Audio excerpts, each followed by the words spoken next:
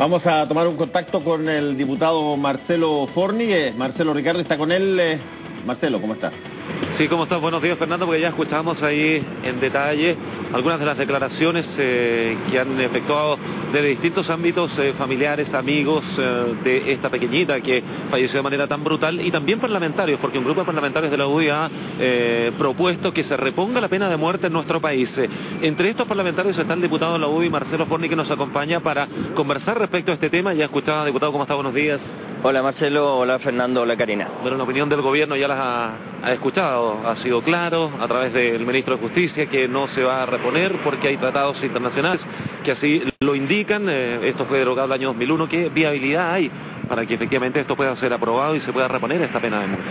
Toda en la medida que exista voluntad del gobierno. A mí me hubiera gustado que el ministro de Justicia hubiera podido señalar cuál es el tratado internacional que impide el restablecer la pena de muerte para delitos precisos como que son violaciones, delitos sexuales que tienen resultado muerte en menores de 14 años, que es lo que establece el proyecto de ley. Yo no soy partidario de la pena de muerte masiva como existía antes respecto de muchos delitos. Soy partidario sí que se reflexione respecto de delitos tan graves como este, donde hay secuestro, donde hay violación, donde hay asfixia, donde hay homicidio y donde luego además se tira el cuerpo de esta niña en el mar. A mí me parece tremendamente grave que el gobierno se cierre al debate. Aquí hay un proyecto de ley, hay diputados que tenemos facultades para poder legislar. La diputada María Angélica Cristi, que lidera este proyecto, ha propuesto una fórmula que yo creo que nos permite reflexionar respecto a cómo está funcionando el sistema judicial penitenciario en nuestro país. Esto no es producto del asesinato de Francisca, esto es producto de lo que viene pasando hace muchos años. Llevamos muchos años con 4 millones de delitos al año y muchos de ellos son tan graves como el que sufrió Francisca. Ahora, ¿cuál es el tema de fondo en esto, sí, diputado? No es por este caso puntual, ya lo ha dicho usted, sino que en el fondo es dar una señal. Ese ha sido el argumento más de peso en el fondo, a raíz de los altos índices de delincuencia, ha sido uno de los argumentos. ¿Se nos cuenta un poco cuál es el trasfondo de lo que usted se está proponiendo o por qué lo están proponiendo? El trasfondo de esto es que el año 2001 se eliminó la pena de muerte, se estableció el presidio de prefecto calificado y se creyó en el gobierno en que aquí iba a haber sanción, pero además rehabilitación. Hoy día hemos estado viendo a través de la televisión casos como el Cizarro, como el del Loquín. No hay sanción y tampoco hay rehabilitación. Entonces, no estamos haciendo bien la pega respecto de los jóvenes infractores de la ley penal y tampoco la estamos haciendo respecto a aquellos reincidentes. Los niveles de reincidencia no bajan. El sistema carcelario está absolutamente colapsado. Entonces, ¿cómo no vamos a dar una señal para todas aquellas personas que hoy día son víctimas de delitos, particularmente para aquellos padres, como los padres de Francisca, que hoy día quieren tener una sanción ejemplar respecto de este cavernario que ha asesinado a esta niñita? ¿Marcelo? A mí me parece que es lo más lógico. Perfecto. Karina, sí, te está escuchando. Sí, me gustaría preguntarle al diputado cómo le va. Buenos días. Hola Karina, ¿cómo estás? Buenos días. Bien, quiero saber si la idea en el fondo es debatir solamente el tema o ustedes en el fondo aspiran con este proyecto de ley a que se pueda modificar la situación, y se lo pregunto específicamente porque en el año 2001 ya hubo este debate, se llegó a esta supresión o derogación de la pena de muerte en nuestro país y ya se había zanjado este tema. Entonces ahora, esta señal que dicen ustedes que hay que dar, ¿pasa por debatir solamente el tema? ¿Qué posibilidades reales tiene este proyecto de convertirse en una ley cuando ya se zanjó el tema? Karina, todas. Yo te digo, la discusión del 2001, pese a que yo no era parlamentario en esa época, fue muy ardua.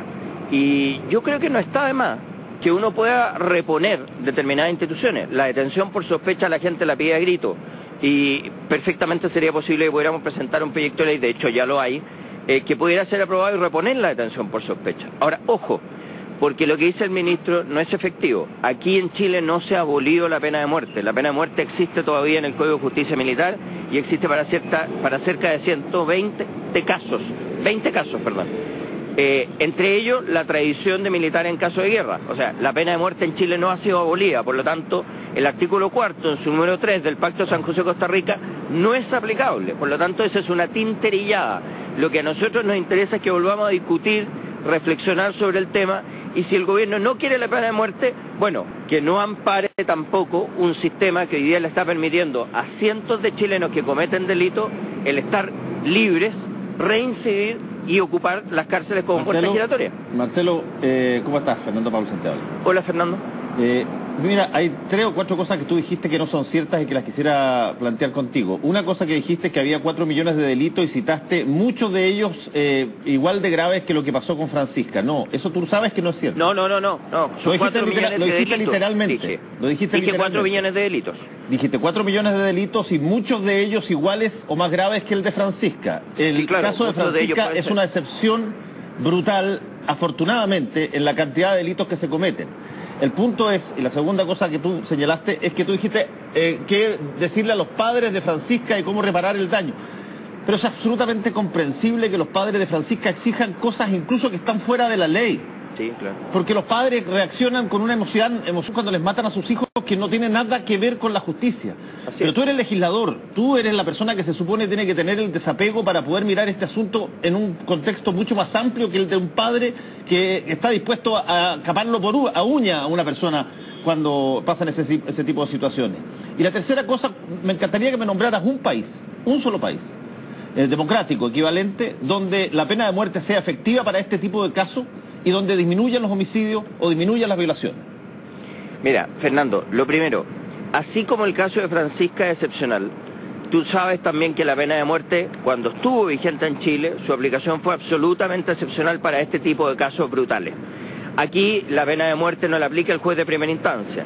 Pasa primero por primera instancia, apelación, Corte Suprema, incluso después la autoridad del Ejecutivo tiene la posibilidad de indultar o de amnistiar. Por lo tanto, tan excepcional como el crimen de Francisca, que no podemos saber qué tan excepcional es, porque hoy día mueren 80 mujeres al año producto de femicidio y son crímenes igualmente brutales, también es excepcional la pena de muerte. Segundo, yo no te puedo mencionar un país democrático en que la pena de muerte disminuya la comisión de homicidio, porque uno no puede establecer una relación entre las penas, la aplicación de una pena o la gravedad de una pena con el delito, porque son todos casos distintos. Lo que sí es importante es que dentro de la banda de las sanciones puede existir como pena máxima la pena de muerte. Respecto de casos muy calificados como el de Francisca, Fernando, yo no quiero en esto, y por eso partí diciendo, yo no soy partidario de la pena de muerte, pero creo que nosotros tenemos que revisar cómo está funcionando nuestro sistema judicial y creo que lo mejor es abrir un debate. Creo que la respuesta del ministro Carlos Maldonado, Fernando, de decir que el gobierno no asesina a las personas es una respuesta mala, irresponsable, porque hoy día el gobierno ampara un sistema en que sí se asesinan personas.